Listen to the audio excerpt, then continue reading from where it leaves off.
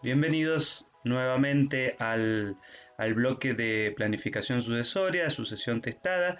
En este video número 2 vamos a continuar con lo visto en el video anterior y vamos a analizar los tipos de testamento. Nosotros dijimos que el Código Civil y Comercial establece distintos tipos para testar, que son solemnes, tienen diversos requisitos que se deben cumplir porque su inobservancia puede traer acarreada la nulidad.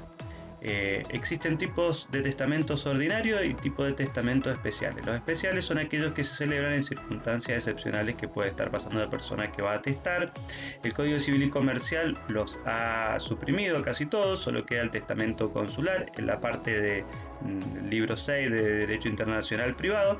Nosotros nos vamos a ver, y también tenemos el otro testamento especial en el Código Aeronáutico. Nosotros no lo vamos a ver, esto lo vamos a dejar para que ustedes lo analicen solo con la bibliografía. Solo vamos a ver acá los testamentos de uso corriente de la Argentina, que en la actualidad son el testamento hológrafo y el testamento por acto público o abierto. El testamento hológrafo está regulado en el artículo 2477. Entre las ventajas que tiene este tipo de testamento, que puede ser realizado por el testador en cualquier momento, no tiene grandes formalidades, ya vamos a ver cuáles son las formalidades, no se requiere la presencia de un oficial público o de un profesional para su realización, se puede efectuar en cualquier momento, en cualquier horario, cualquier día. Tiene como una de las ventajas principales también es la confidencialidad, porque lo hace el testador solo, sin presencia tampoco de testigos. Entonces queda para su fuero íntimo y recién se va a poder, va a tener vigencia para, como hemos dicho, para después de su muerte.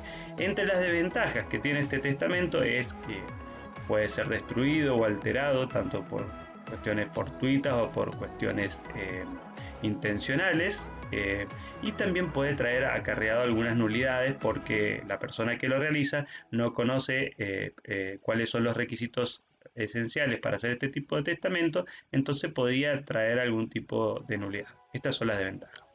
Vamos a ver ahora cuáles son las características principales o los requisitos que debe contener un testamento para ser válido. Eh, Acá le hemos puesto algunas de las características. Tiene que ser escrito, firmado y fechado por la misma mano del testador. Esto no puede ser realizado por otra persona y que el testador lo firme. Tiene que tener la fecha, es muy importante que tenga la fecha, esto ya por lo que hemos analizado en el video anterior, por un tema de saber la capacidad, si esa persona estaba capacitada, lo vamos a poder determinar por la fecha que tenga el testamento.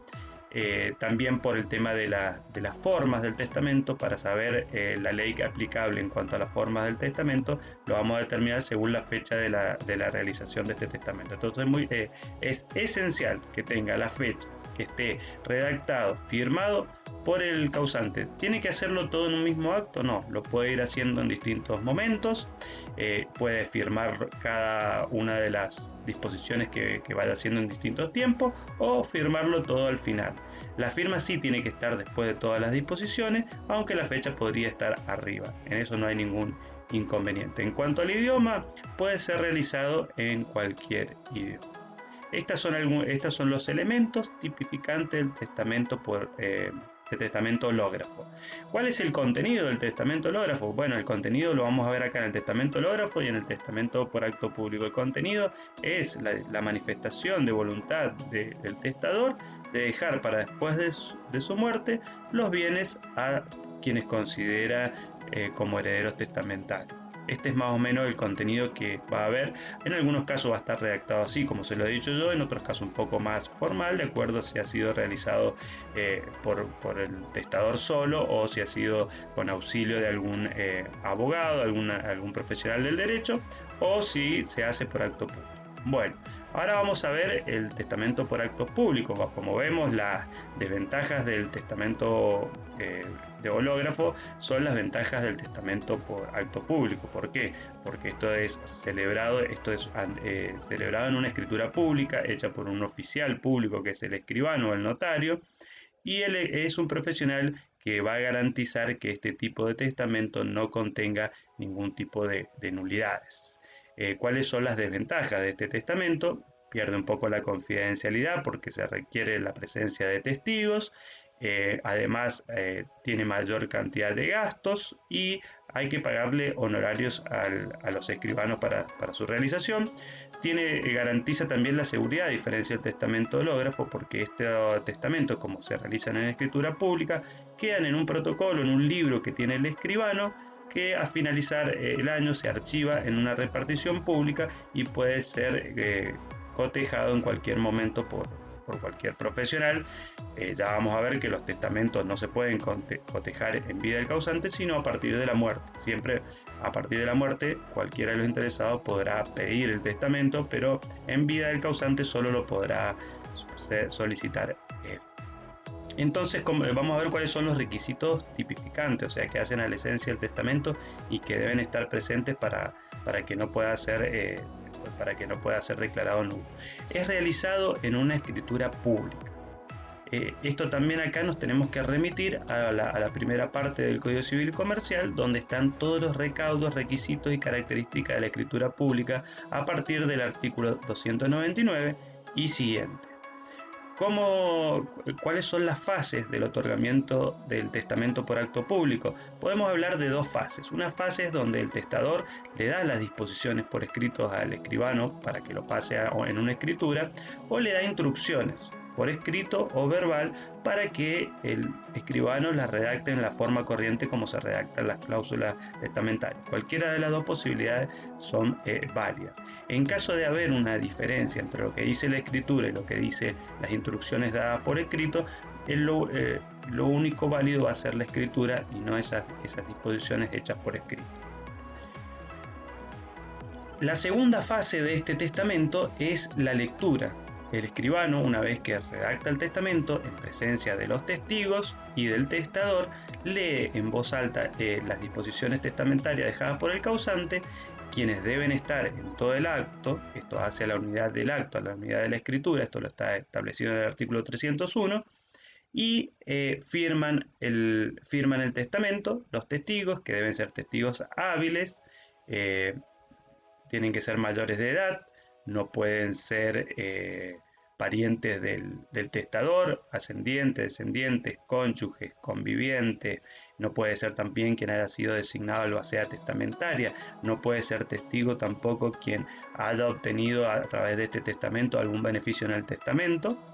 Y bueno, estas son más o menos las características de los dos tipos de testamento.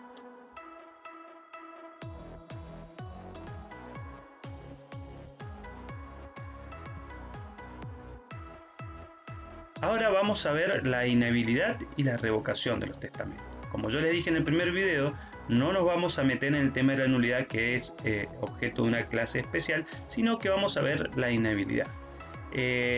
Acá también quiero hacer una diferencia con lo que existía en el Código Civil de Vélez Arfield, porque allí existían ciertas inhabilidades respecto de los testamentos, con cada uno de los testamentos, que tenían que ver con imposibilidades físicas de la persona para realizar algún tipo de testamento. Esto tiene que ver con alguna persona privada que fuera ciega, otras personas que no podían oír, otras personas que fueran mudas, no podían realizar algunos de los testamentos. Esto ha sido suprimido por el código. Las nuevas formas de comunicación que existen, las nuevas técnicas y cómo se pueden salvaguardar estos actos jurídicos para que puedan ser realizadas por estas personas. Por ejemplo, por darles un ejemplo, el artículo 304 del Código Civil establece qué pasa con una persona si es sorda para realizar una escritura pública. Supongamos una persona sorda que quiera realizar el testamento. No dice que una persona sorda no pueda realizar un testamento por acto público. Lo que se establece son una mayor cantidad de recaudos para que garanticen que esa persona pueda conocer el contenido y la trascendencia del acto. Entonces establece que si la persona tiene algún problema auditivo, se requerirán 2 testigos y se dejará a través de una minuta escrita por esta persona sorda que conoce y comprende los alcances del acto jurídico que va a realizar, en este caso un testamento por acto público. Esa minuta también se incorpora a la escritura pública. Entonces, para resumir, estas incapacidades no existen en los testamentos. Entonces ahora vamos a hablar de inhabilidades. El artículo 2482 establece quiénes no pueden suceder. Estos son algunas personas que por su estatus o por su cercanía con el testador o el papel que desenvuelve, la ley les prohíbe que puedan suceder. Esto tiene que ver con la posibilidad por encontrarse cerca del testador en momentos difíciles o en el momento de la realización de cierto tipo de actos, podría llevar a torcerle la voluntad libre al testador hacia dejarle algún beneficio o alguna ventaja a esta persona. Entonces la ley dispone que estas personas no pueden recibir ningún beneficio por parte del testador. El artículo 2482 los enumera. Dice: los tutores y curadores, mientras dure la tutela o la curatela y mientras no se hayan aprobado las cuentas de su tutela. Dice: el escribano y los testigos no pueden recibir estos beneficios, y los miembros de algún culto o los líderes o conductores espirituales que hubieran estado cerca del testador, cerca del testador al momento de fallecer. ¿Qué pasa con las disposiciones testamentarias que les dejan alguna ventaja o beneficio a estas personas? Son nulas, son inválidas y no podrán hacerlas valer estas personas.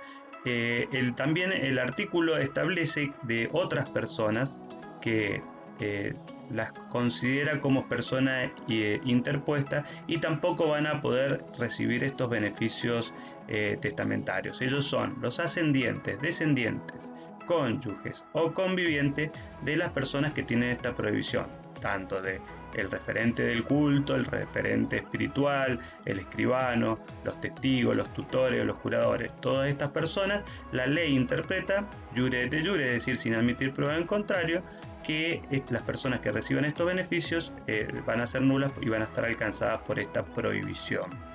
¿Qué pasa con los colaterales? Bueno, la norma no los nombra, o sea que se va a admitir que los colaterales de estas personas que tienen la prohibición o la inhabilidad para suceder reciban, no van a decir que en primera instancia sea nulo, pero una persona podrá demostrar que estos colaterales han tratado de cooptar la voluntad del causante y pedir la nulidad del acto.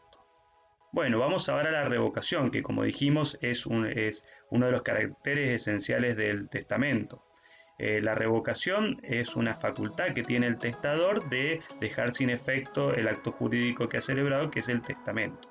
Esta facultad que él tiene es irrenunciable e irrestringible. O sea, esto no puede ser pactado con nadie que le impida hacer la revocación.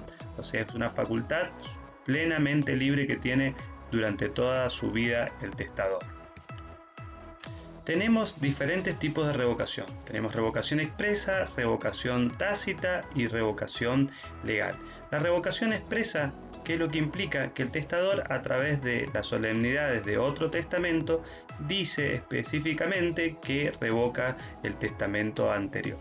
La revocación tácita se va a dar en aquellos casos donde un testamento posterior tenga cláusulas que sean incompatibles con sus disposiciones anteriores. No lo dice expresamente que revoca el anterior, pero de sus cláusulas se deduce expresamente que ha dejado sin efecto las cláusulas anteriores. Y la revocación legal, por ejemplo, podemos dar un caso de revocación legal, sería una revocación por matrimonio. El artículo 2514 establece que el matrimonio revoca el testamento otorgado por el causante. Esto no es jure de jure, esto no es que sí o sí el testamento queda revocado por el posterior matrimonio del causante, sino tendremos que ir a desentrañar la voluntad del causante, a ver si ha querido mantenerlo pese al futuro matrimonio. Por ejemplo, supongamos que hubiera puesto una cláusula en la que establecía que esa es su última voluntad, independientemente de si contrajera nuevas nupcias o no, o si dejara en el testamento ve como beneficiario a su futuro cónyuge. Tenemos también la revocación por cancelación o destrucción del testamento, son cosas distintas.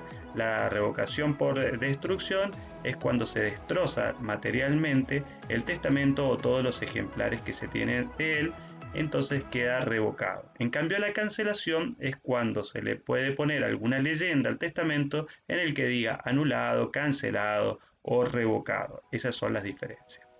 Por último, he dejado la caducidad de la institución de heredero por premoriencia, que está establecido en el artículo 2518. ¿Qué quiere decir esto?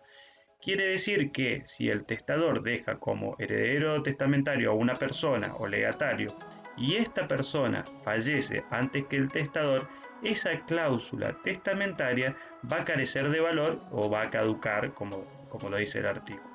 Esto es muy importante porque el testador, en caso de que el beneficiario fallezca, podría modificar el testamento o ampliarlo y dejárselo a otra persona. Pero en principio, si la persona fallece con anterioridad, no va a poder suceder al testador porque la transferencia se produce a partir de la muerte del testador y si a la muerte del testador el beneficiario ya no existía, esa cláusula va a caducar. Con esto hemos terminado lo de la sucesión testada, ahora vamos a realizar las actividades correspondientes.